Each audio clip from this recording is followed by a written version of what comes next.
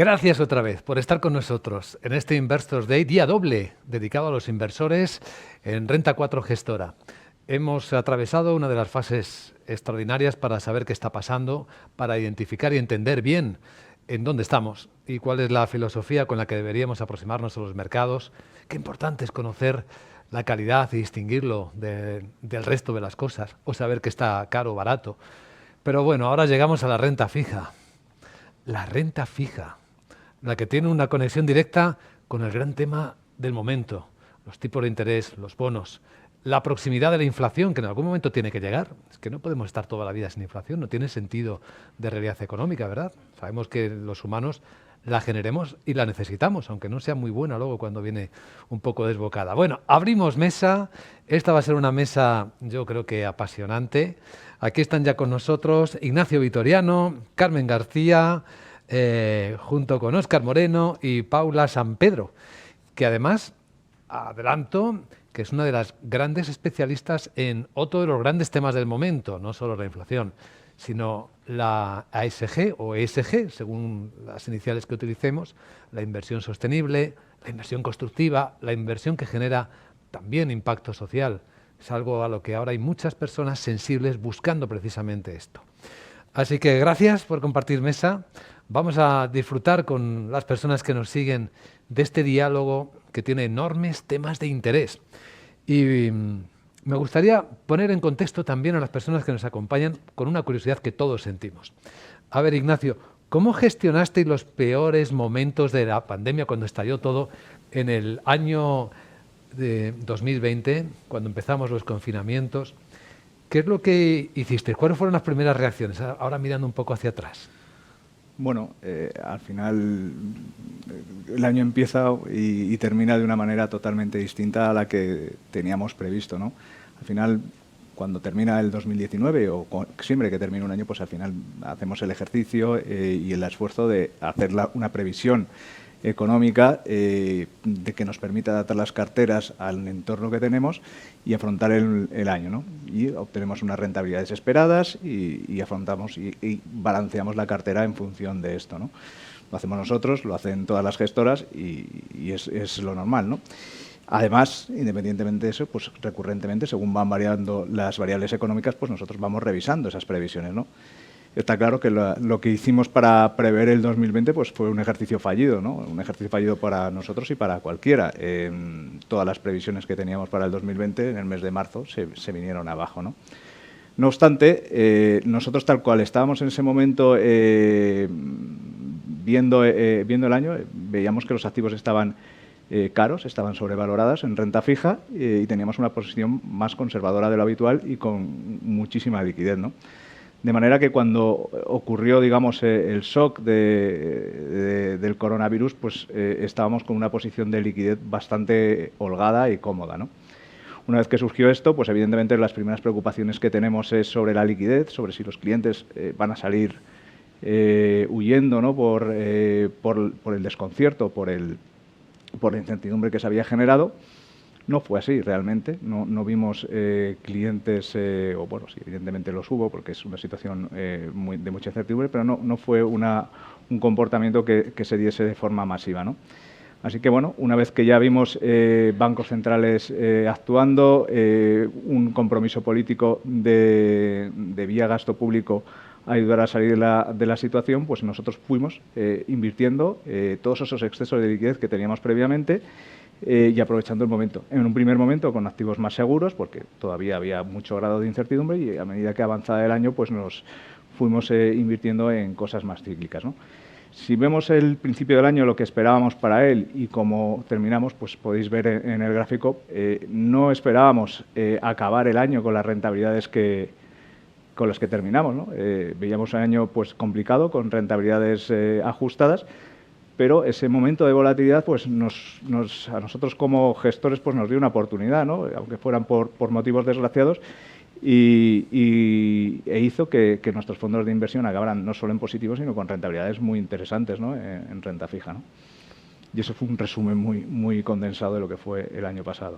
Un buen resumen, el gráfico lo muestra perfectísimamente. Carmen, vamos a entrar un poco en materia, en lo que hicisteis, ¿no? En cómo gestionasteis durante el año 2020. ¿Cómo fue vuestro asset allocation? ¿Qué movimientos, qué cambios hicisteis? Pues como comentaba ya un poco Nacho, la verdad es que el año tuvo muchísima volatilidad y lo dividimos principalmente en 4 etapas, ¿no? Una primera etapa que sería ese inicio de año donde las rentabilidades de los bonos estaban en niveles mínimos, tanto en high yield, los largo plazo. Entonces lo que hicimos fue poner unas carteras, hablamos de 2 fondos, ¿no? Nosotros tenemos 2 fondos, nuestro fondo corto plazo y nuestro fondo renta 4 horas relativo que veíais en la anterior diapositiva. Sí. Pues ambos fondos normalmente no van nunca parejos porque renta 4 valor relativo tiene más volatilidad, metemos más beta y en este caso eran totalmente parejos. Metimos muy poca duración, nos fuimos a vencimientos 2-3 años porque pensábamos que la duración no estaba bien pagada. Quitamos high yield, reducimos high yield y metimos algo de subordinación para intentar buscar algo de rentabilidad, pero manteniendo unos niveles de liquidez, como decía Nacho, que es que estaban en torno al 20%. Y era solamente, no por pandemia, no por nada, porque no preveíamos en enero la pandemia, sino porque todos esos reembolsos, o sea, todas esas suscripciones que teníamos y todos esos vencimientos los íbamos dejando porque no veíamos que el momento de mercado fuera comprar por comprar. Después tenemos una segunda etapa donde vemos que los casos ya empiezan a llegar a Italia, ¿no? Y decimos, oye, esto todavía hay mercado, vamos a hacer algo con las carteras. Y lo que hacemos en ese momento es coger la cartera, rotarla totalmente, quitar ciclo, quitamos autos, porque todavía se pagaba y había precios en mercado, y empezar a meter valores más defensivos. Además, teníamos abiertas posiciones cortas en bonos alemanes, pensábamos que la TIR del bono alemán tenía que subir, y claro, macroeconómicamente, como decía Nacho, nuestra perspectiva cambió totalmente. Pensamos que la macro iba a ser la primera en empeorar y que los bancos centrales, sobre todo a Estados Unidos, donde había tipos positivos, pues tenían que bajar los tipos. Entonces, deshicimos las posiciones cortas de bonos alemanes. En momentos puntuales incluso abrimos posiciones tácticas largas a deuda americana. Y, por otro lado, en valor relativo, que es el fondo que os decía, que tiene un poco más de beta, lo que hicimos es que la parte que teníamos en bonos AT1, cocos bancarios, que era de alrededor de un 12%, la cubrimos con lo que sería índices de crédito de high yield, para intentar, sabíamos que no compensar, pero sí mitigar un poco esa caída.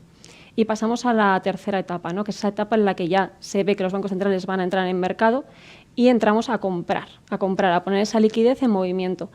¿Qué ocurre? Que cuando queríamos ir a comprar al mercado, todavía el mercado estaba muy roto y querías comprar, pero el precio que te ponían comparado con la valoración era excesivo. Entonces aprovechamos que muchas empresas de primer nivel estaban saliendo al mercado a través de primario para captar liquidez. Muchas de ellas es que incluso captaban liquidez para cubrir sus vencimientos de 21, 22 e incluso 23. Entonces lo que hicimos fue entrar en esos primarios. Y por poneros un ejemplo, que es donde yo creo que mejor se ve la oportunidad clarísima que hubo y por la que tuvimos esa rentabilidad, y se ve el gráfico que la recuperación fue vertical, pero es que además hicimos muy buen año, una de las primeras en emitir fue British American Tobacco. Emitió un bono a principios de abril, vencimiento 2028, y este bono en ese momento, que es un triple B más, salió cotizando a una TIR de un 3,22, ¿vale? Ese bono de cara a final de año ya lo teníamos en el 0,80 de rentabilidad y este año está más o menos ahí porque es verdad que el mercado ya se ha quedado un poco parado. ¿Qué ocurre? Que aunque en rentabilidad no parece tanto, cuando tú utilizas las matemáticas financieras lo que ves ahí es que entre el precio más el cupón que has cobrado has obtenido una rentabilidad en un bono investment grade de un 18%. No tienes que entrar en empresas de estrés, empresas con problemas para obtener ese 18% del mercado. Y eso es lo que hace que, poniendo en movimiento esa liquidez del 20%, hayamos hecho esa recuperación tan buena en el año. Y luego la cuarta fase es cuando vemos que ya estos bonos de investment grade que hemos entrado empiezan a dejar de tener recorrido, no vemos que ya vayamos a obtener más rentabilidad y empezamos a entrar en bonos subordinados y híbridos, en muchos casos de esas mismas compañías. Entonces aquí igualmente, os pongo un ejemplo donde se ve muy claro. Si miramos Telefónica tenía bonos emitidos senior 2026 en rentabilidades negativas a finales de año del menos 0,10, mientras que veíamos esos mismos bonos subordinados híbridos en torno al 2,75 de rentabilidad para esos mismos vencimientos. Entonces, claro, aquí dijimos, oye, creemos que no va a haber un problema serio de quiebra en empresas investment grade y lo que tenemos que hacer es movernos a ese nicho donde vemos todavía estrechamientos de rentabilidad. Muy interesante. Bueno, esta jornada de inversión de Renta 4 Gestora coincide además con un día FED. A ver qué dice Jerome Powell, el presidente de la FED, sobre su previsión de tipos de interés. Esta es una cuestión clave porque, Nacho, ahora con los tipos cero, casi cero o bajos durante un largo tiempo. Nos espera, creo que hasta 2023, los primeros movimientos. ¿Es momento de no estar con la renta fija? Bueno, ya que dices que va a haber una reunión de la Reserva Federal, realmente los tipos a cero se pusieron en Europa el 5 de julio del 2012, ¿no? Es decir, al final ha pasado casi una década, Sí. una década de donde hemos estado con los tipos ceros y donde recurrentemente, si no lo pregunta cuando un cliente o cuando estamos en una conferencia o me lo preguntas tú hoy, recurrentemente me dicen que si no hay que estar en renta fija, ¿no? Bueno, yo os he puesto el gráfico de nuestro fondo de renta fija más flexible. Bueno, desde que estaban los tipos a cero, el fondo ha subido un 56%.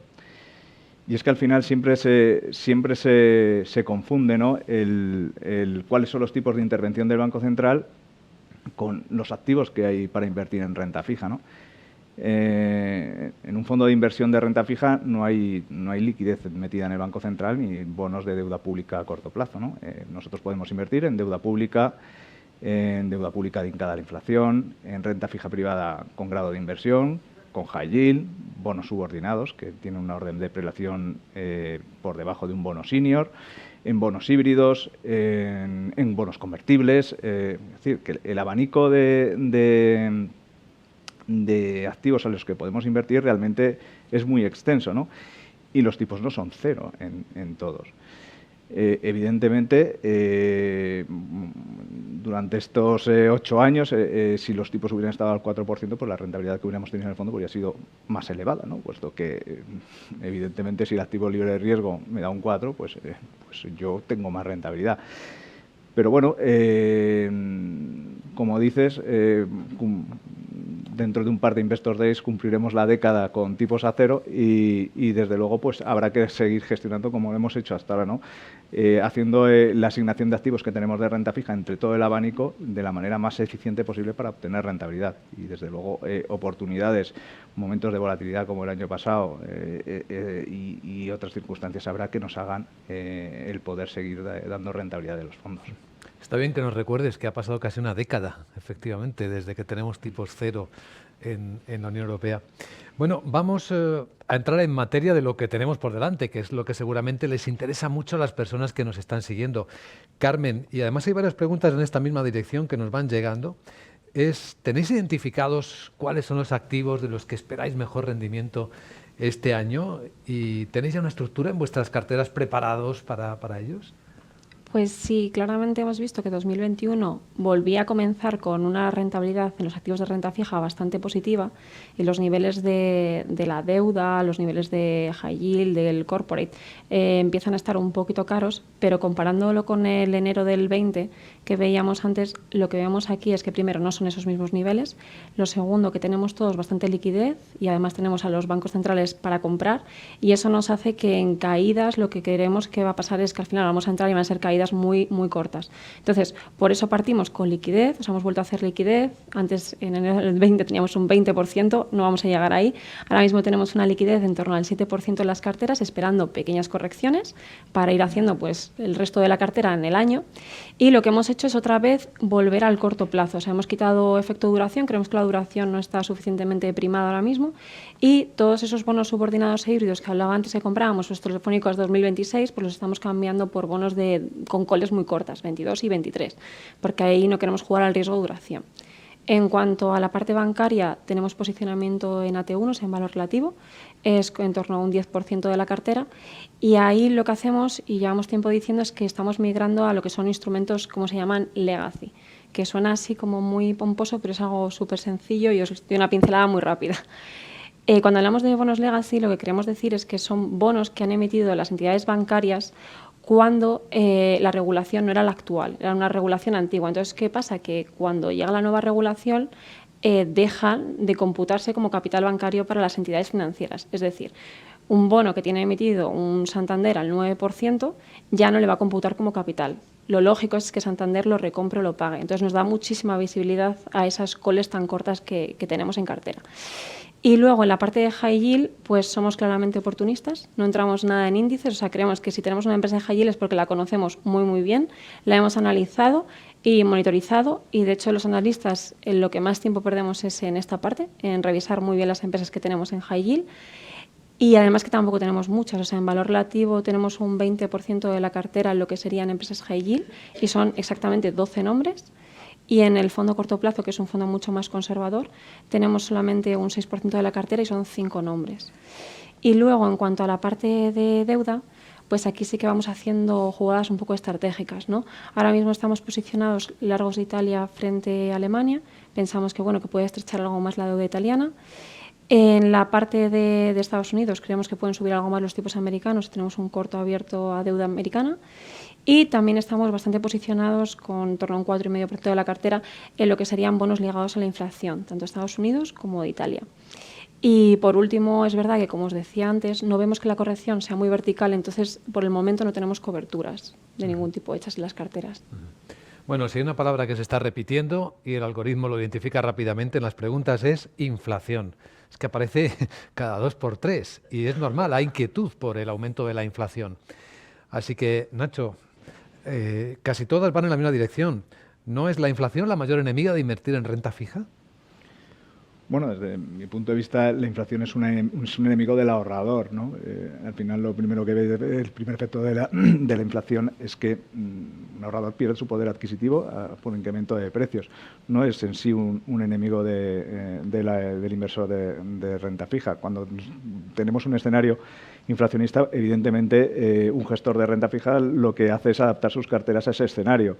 Tenemos que ser conscientes que en un escenario de inflación pues vamos a tener endurecimiento de políticas monetarias, subidas de tipos de interés y por lo tanto debemos de tener una asignación o una asset allocation centrado en activos que o bien bonos de tipo de interés flotante o ligados a la inflación o a de corto plazo que nos permita defendernos en una situación de este tipo, ¿no? No obstante, también la inflación también es un enemigo de activos de renta variable, ¿no? El endurecimiento de política monetaria y subida de tipos de interés pues reduce las valoraciones de las compañías que hacemos, ¿no? Especialmente las growth. Y también tiene un efecto directo en la financiación de las empresas y en los costes financieros que van a tener que asumir, ¿no? Pero bueno, dicho esto, nuestro escenario central no es ahora mismo en Europa de que vayamos a tener un escenario de fuerte inflación. Sí que está claro y es evidente que los próximos meses vamos a tener datos duros de inflación por un efecto base comparativo de lo que era bueno, en el mes de abril el petróleo estuvo a cero y ahora está a $60, ¿no? Y eso pasa con muchas materias primas y otros tipos de activos y el efecto base pues va a jugar un papel importante. Y vamos a tener inflación importante los próximos meses. Por eso tenemos bonos ligados a la inflación, ¿no? que nos van a ayudar para estos momentos. Pero en Europa hay otros factores que también importan más pensando en el largo plazo, una vez que pase este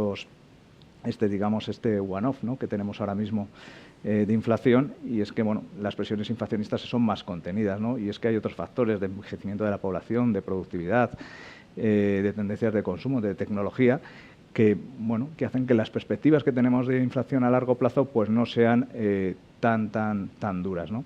En Estados Unidos sí que podríamos ver, sobre todo después de ver el paquete fiscal que ha preparado el gobierno de Biden, pues algo más de tensiones inflacionistas y algo más de endurecimiento de tipos de interés. Pero en Europa ahora, de momento, pensando en el medio plazo, no vemos no tenemos una excesiva preocupación en ese sentido.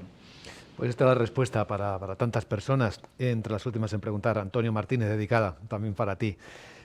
Por cierto, ¿ha vuelto a haber alguna tensión de liquidez con los bonos? Porque os acordáis, hubo bastantes shocks, hubo intervenciones incluso de la Reserva Federal. No sé, Óscar Moreno, tú seguro que lo sabes. ¿Ha vuelto a haber algo de eso? Bueno, lo que hemos asistido de un año aquí pues es a momentos de mucha tensión. Justo hace un año hoy, tal día como hoy, San Patricio, no se me olvidará, la tensión era muy evidente, muy evidente. Era prácticamente imposible vender algo en los mercados. Y es más, cuando mis colegas nos enviaban órdenes para poder vender e intentamos vender algo, eran las 4 de la tarde y aquello era prácticamente imposible y era un contrasentido. Tú ibas a intentar vender y lo único que los bancos de inversión lo que te hacían es ofrecer para comprar, para comprar nosotros. Bueno, afortunadamente ese momento pues pasó, esos 15 primeros días, como ya comentamos, creo recordar, en el primer Investor Day, y luego pues lógicamente las políticas monetarias y las políticas fiscales y sobre todo el avance decidido de los bancos centrales de apoyar pues ese momento, esa situación crítica a nivel económico, desde mi punto de vista la más crítica desde la Gran Depresión, pues hizo que los mercados y la liquidez fueran reaccionando. Al principio es verdad que muy de poco en poco, con activos con empresas que necesitaban financiarse a tipos casi los que fueran, respecto de 4 meses vista. Pues el caso de British American Tobacco fue uno de los más evidentes, con tipos por encima del 3%, que era algo impensable en enero del año pasado. A medida que los bancos centrales, y se vio que los resultados, sobre todo sanitarios, no iban a peor, y se empezó a abrir un poco las diferentes economías, con el apoyo, yo insisto, de los bancos centrales, la situación generó una cierta calma, ¿vale? Seguía habiendo bastante liquidez, porque la liquidez sigue habiendo en el sistema, los inversores siguen teniendo muchísimas posiciones de liquidez. Y lo que ocurrió a partir del verano, de septiembre, octubre, con más munición por parte de los bancos centrales, fue algo que con la llegada del anuncio de las vacunas, aquello era como un colegio cuando suena la hora de salir. Todo el mundo quería comprar. Todo lo que habíamos visto en marzo, abril, o sobre todo en los primeros 15 o los segundos 15 días de marzo, se convirtió, todo el mundo quería comprar a cualquier precio. Eso fue un poco la situación. En el caso europeo, tenemos el ejemplo que el Banco Central Europeo está comprando cerca de un 25% de todo el mercado. Es un actor potentísimo ahora mismo. Con lo cual, lo lógico, con las noticias de las vacunas y sobre todo con que habíamos dejado atrás lo peor de marzo, pues era que las rentabilidades de cara al inversor fueran y son cada vez más exiguas. Ese es el movimiento, el gran movimiento que ha habido, un giro copernicano desde marzo a diciembre y en la actualidad. Bueno, también ha habido, Óscar, movimientos potentes con la oferta, ¿no?, de bonos corporativos, sobre todo. Había mucho dinero, las empresas dirán, hay que aprovechar esto, y en el primario ha salido una enorme cantidad de emisiones. ¿Sigue ese ritmo? Sí, lo que ocurre es que también aquí ha habido un giro respecto del pasado Investor Day y del pasado marzo. Antes era un primario, un mercado muy oportunista, nadie se podía casi lanzar a emitir, muy del inversor final, porque obtenías unas rentabilidades muy atractivas en activos que, insisto, 2 meses antes era impensable ver esos números. A medida que se va abriendo pues todo el mercado, que los bancos centrales van apoyando, como hemos comentado anteriormente, se convierte el primario en un mercado muy de emisores. De tal manera que ahora mismo el emisor es el que manda sobre el mercado primario. Por poner 2 ejemplos que son muy ilustrativos de lo que hay. 2 ejemplos de hoy en día. Pagarés de Santander Consumer por la parte corta de la curva a 2 años, con un rating A- por Standard & Poor's, o sea, un buen rating, se están pagando 30 puntos, 0,30. Es decir, estamos pagando por comprar papel de Santander Consumer a 2 años. Ayer se anunció y hoy se está subastando una emisión de deuda griega a 30 años. O sea, es algo, ahora mismo, pues entra dentro de lo normal, pero si echamos la vista atrás a 4 o 5 años, o 6, de lo que comentaba Nacho, pues es impensable. Bueno, pues a 30 años, hoy Grecia se está financiando a menos del 2%. Esto es, lógicamente, el efecto de los bancos centrales y de la necesidad de todos los actores de seguir bailando, porque la música sigue tocando y si no estás invertido tienes que pagar al Banco Central Europeo 50 pipos, o sea, el coste de oportunidad es todavía muy grande, sobre todo en un entorno en el cual la subida de tipos de interés, aquí en Europa al menos, pues se ve francamente lejana. Por parte del inversor, se ha pasado de tener claras oportunidades de compra, meses de abril, meses de mayo, meses de junio, incluso los primeros días de septiembre, a tener muchísimo cuidado con lo que se está invirtiendo en primario.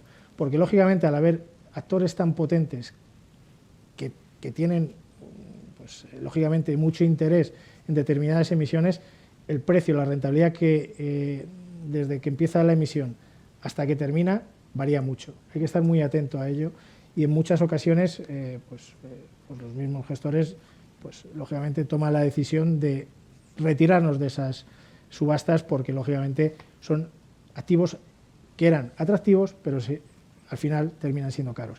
Y en mercado secundario la respuesta en muchos casos de estos, y Repsol hace 2 días es un ejemplo de ello, hacen que esos activos saliendo tan caros y si el mercado por alguna circunstancia pues no va con viento a favor, pierden valor en esos primeros compases, esos primeros días y pueden surgir ciertas oportunidades en secundario. Pero todo dentro de un mercado en el cual el Banco Central Europeo, en el caso de Europa, insisto, hay veces que se lleva hasta el 30% de mercado, ¿no? Y luego, por último, lo que sí que hemos visto en mercado primario es algo cada vez que tienen bastante más relevancia, es aquellos emisores que salen a mercado con un componente ESG, bonos verdes, bonos socialmente responsables. Bueno, eso ahora mismo no es el futuro, es el presente más rabioso. En 2018 se emitieron 150.000 millones de euros de este tipo de bonos. Hoy, hasta el día 15 de marzo, se ha emitido tanto como en todo 2018.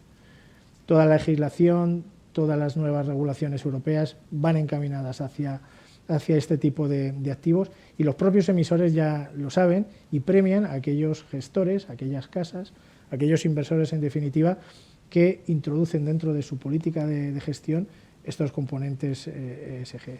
Pero bueno, Paula sabe bastante más de ello. Enseguida vamos a entrar en esta materia que es de altísimo interés con Paula, pero antes, si me dejáis, voy a colar una pregunta que nos envía Francisco para Nacho. Yo creo que es pertinente porque se lo está haciendo mucha gente. Pregunta Nacho, ¿qué alternativas tenemos a la renta fija de largo plazo? 20 o 30 años, citaban hace un instante, Óscar, las emisiones del gobierno griego. Pues 20 o 30 años usábamos para bajar la volatilidad de las carteras, pero ahora... Bueno, obviamente un horizonte de 20-30 años de inversión ahora mismo no es...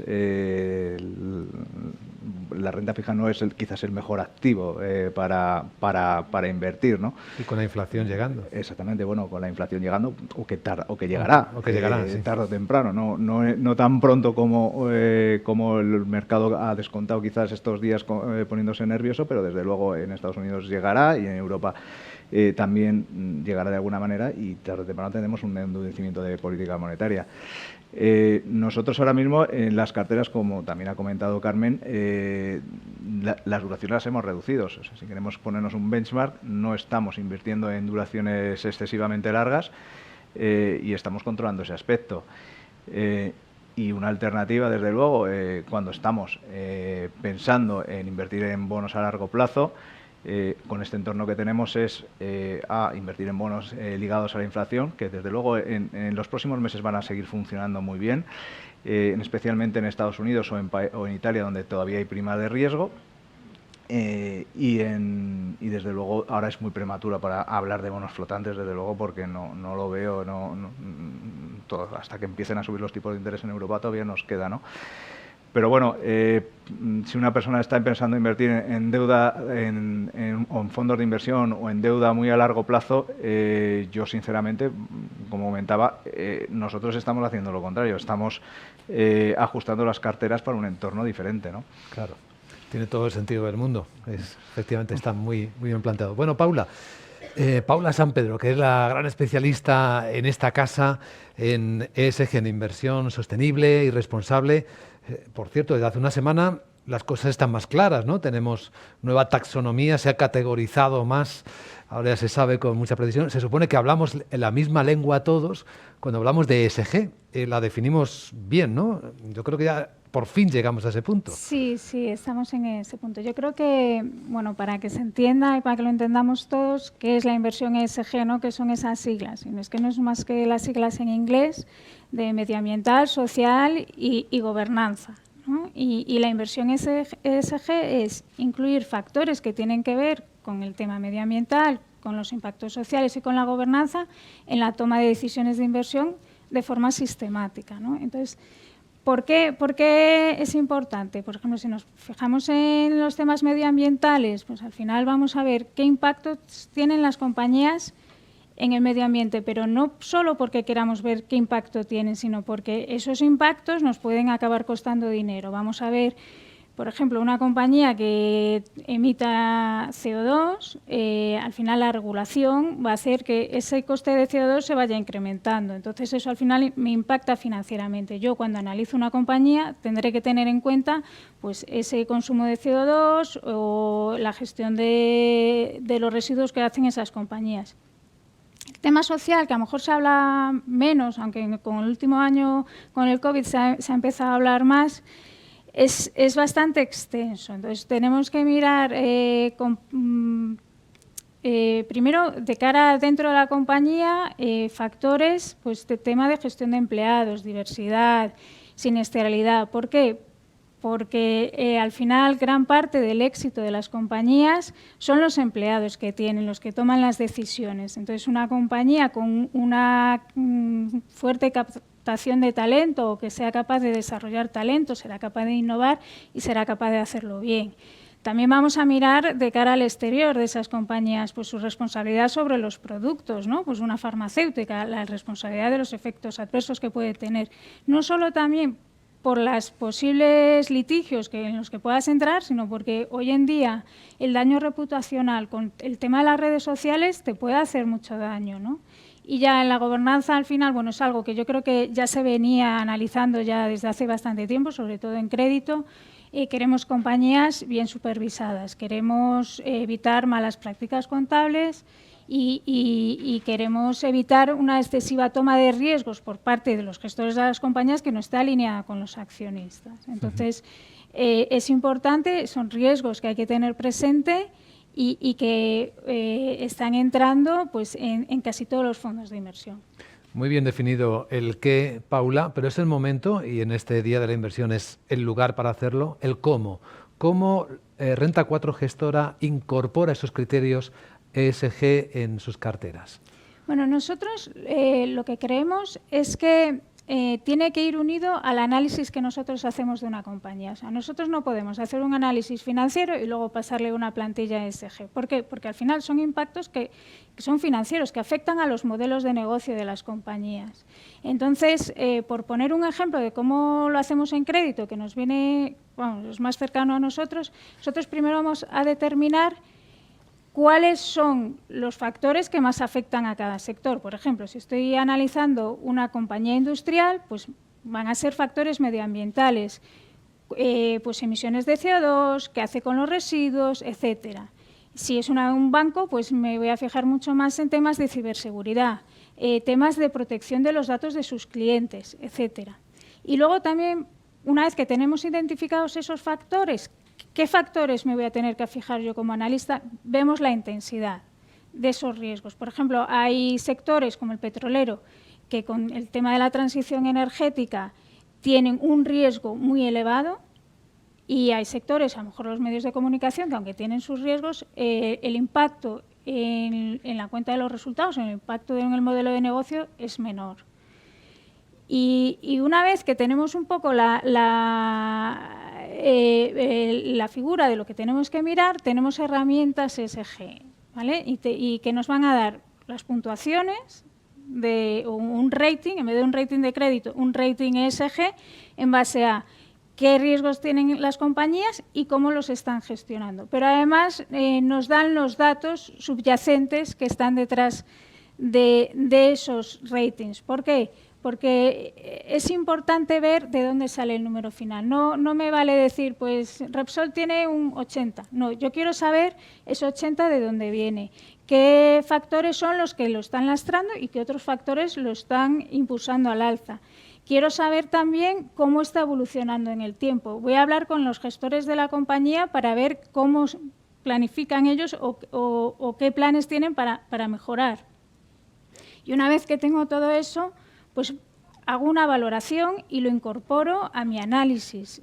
Por poner un ejemplo muy sencillo que lo entienda todo el mundo, si yo estoy haciendo un escenario estresado de una compañía, por ejemplo, High Yield, que tiene costes de emisiones de CO2, voy a hacer un escenario adverso para ver cómo se comporta esa compañía en una situación muy mala. Pues voy a incrementar esos costes de CO2 en mis proyecciones para ver qué capacidad tiene esa compañía de absorber ese impacto económico, ¿no? ¿Tú crees que esto es una moda efímera, lo de la ESG, o que de verdad va a quedarse? Porque hay gente en los dos lados. Yo creo no solo que no es una moda, creo que es estructural y además, aunque el ESG, a ver, que es que no es nada nuevo, lleva haciéndose tiempo, pero está ganando importancia ahora. Yo creo que todavía nos queda por evolucionar, o sea, que tenemos que mejorar muchos procesos. ¿Y por qué creo que es estructural? Primero, bueno, porque los que estábamos diciendo es que son riesgos reales, son riesgos que impactan en los modelos de negocio de las compañías, que pueden hacer que una compañía deje de ser competitiva o que una compañía llegue un momento en que tenga una situación de estrés en sus costes. Luego hay una clara demanda por parte de los inversores. Los inversores quieren saber no solo cómo impactan estos factores en la rentabilidad de sus ahorros, sino con sus ahorros, cómo están impactando ellos el medio ambiente, cómo están impactando a la sociedad. Y hay una parte de inversores que además dicen, yo no solo quiero tener con mis ahorros una rentabilidad, yo también quiero aportar mi granito de arena y conseguir, por ejemplo, pues una mejora de la reducción de los gases de efecto invernadero, ¿no? Que ahí ya estaríamos hablando, es cierto, de fondos de impacto. Sí, de inversión, claro, para cambiar el mundo. Exacto. Hay gente que dice, quiero con mi inversión, con mi ahorro, ayudar a cambiar el mundo. Esa está la dirección, ¿no? Pero ¿cómo sabemos, y me voy a poner del lado del abogado del diablo, que entre la gente que está convencida, que se supone que va a permanecer a largo plazo en esta inversión, comprometida, que lo siente, que lo cree en ella, y la que piensa que es una moda porque se están comportando muy bien este tipo de inversiones, pues no estaremos generando una burbuja? ¿Cómo sabemos que no hay una burbuja en la ESG ahora mismo? Claro, por eso nosotros creemos firmemente que el análisis ESG tiene que ir integrado con el análisis fundamental de las compañías. Yo no puedo comprar un activo simplemente porque sea verde, porque a lo mejor, pues sí, es verde, va a tener muchas oportunidades de crecimiento porque pues son energías limpias, pero a lo mejor eso ya está recogido en el precio. A lo mejor esas oportunidades están sobrevaloradas. Entonces, hay que incluir en tus estimaciones, en tu valoración de las compañías, esas oportunidades, pero ver a qué precio lo tienes que comprar. También pasa al revés. Hay valores o hay sectores que están denostados totalmente, por ejemplo, el petrolero, y hay compañías dentro de esos sectores que están haciendo verdaderos esfuerzos en cambiar sus modelos de negocio, que de aquí a 15 años van a ser compañías totalmente distintas. Entonces, dentro de esos sectores que están denostados, que nadie quiere comprar, habrá que ver qué compañías realmente están gestionando bien sus riesgos y ver si hay una oportunidad de compra. Y yo también ahí plantearía la pregunta, ¿queremos abandonar esas compañías o queremos ayudarlas y financiar ese cambio hacia modelos de producción de energía más limpios, ¿no? Y bueno, un poco tocando la renta fija, pues hablaba Óscar de los bonos verdes, los bonos sociales, que tienen muchísima demanda. Lo que pasa es que ahí yo creo que sí que es más difícil que se produzca un despegue de estos activos respecto al resto del mercado. ¿Por qué? Porque Por ejemplo, hay una compañía que te va a emitir un bono verde que va a ir a financiar un proyecto de, por ejemplo, de mejora de la eficiencia energética, pero esa compañía tiene otros bonos grises o bonos que usa para financiar pues el resto de sus necesidades como negocio. Y al final el riesgo de crédito es el mismo. Entonces, sí que es cierto que consiguen pues arañar un par de pipos y que eso es algo más barato para ellos, pero no se despega mucho. Y al final también estos bonos son menos volátiles, ¿no? Entonces, te compensan un poco. Y nosotros hablando con las compañías, ellas lo tienen muy claro. Ellos no se ponen a emitir bonos verdes porque piensen que va a ser mucho más barato, ¿no? Sino porque forman parte de su estrategia, pues ESG, porque quieren alcanzar nuevos inversores, una gama más amplia de inversores, y también porque les ayuda a transparentar un poco lo que están haciendo. Muy interesante. La verdad es que hemos aprendido mucho de ESG en estos últimos meses y te agradecemos mucho, Paula, la transparencia y la precisión de las respuestas. Bueno, estamos ya en los últimos minutos de esta mesa de renta fija. Siguen llegándonos algunas preguntas. Voy a hacer una muy rápida para no pasarnos también de la hora de comer. De Antonio, dice: el crecimiento y el asentamiento del sector de las energías renovables, ¿lo veis a corto, medio o largo plazo? ¿En detrimento de qué sectores se implantarían en la economía? Que también quien piensa que en las renovables puede haber algo de burbuja, que es un sector burbujeante, precisamente muy conectado por esto de la ESG. ¿Quién puede responderme a esta pregunta de las renovables? Bueno, Nacho. A ver, nosotros primero nosotros no somos especialistas en energías renovables, pues más allá del análisis que hacemos a las compañías energéticas que componen nuestras carteras, ¿no? Pero emiten bonos verdes a discreción ahora, ¿eh? Sí, bueno, cualquiera que tenga en su portfolio hueco para emitir bonos verdes puede hacerlo, ¿no? Nosotros no, como decía Paula, no creemos que sea una burbuja ni que tenga freno, sino que es una evolución que tiene un impulso político muy relevante y que no creo que vaya a cambiar esta tendencia. Y el papel de las energías renovables o el mix de producción de energías renovables en España y en el resto de Europa pues va a seguir ganando peso y va a ser cada día más relevante. Y en Estados Unidos, pues desde luego, con el nuevo cambio político que han tenido, pues desde luego se ha marcado un antes y un después, ¿no? Y el impulso va a ser todavía más importante. Claro. Bueno, he de decir que esta es una pregunta que para mañana es óptima, porque mañana empezamos la segunda jornada del Investors Day de Renta 4 Gestora, precisamente con fondos temáticos y con inversiones alternativas. Por hoy yo creo que ha estado fenomenal. Así que muchas gracias, Paula, muchas gracias, Óscar, muchas gracias, Carmen, muchas gracias, Nacho, y gracias a todos ustedes por estar ahí. Mañana nos vemos en el mismo sitio y a la misma hora, 12:30, hora peninsular de España. Un saludo.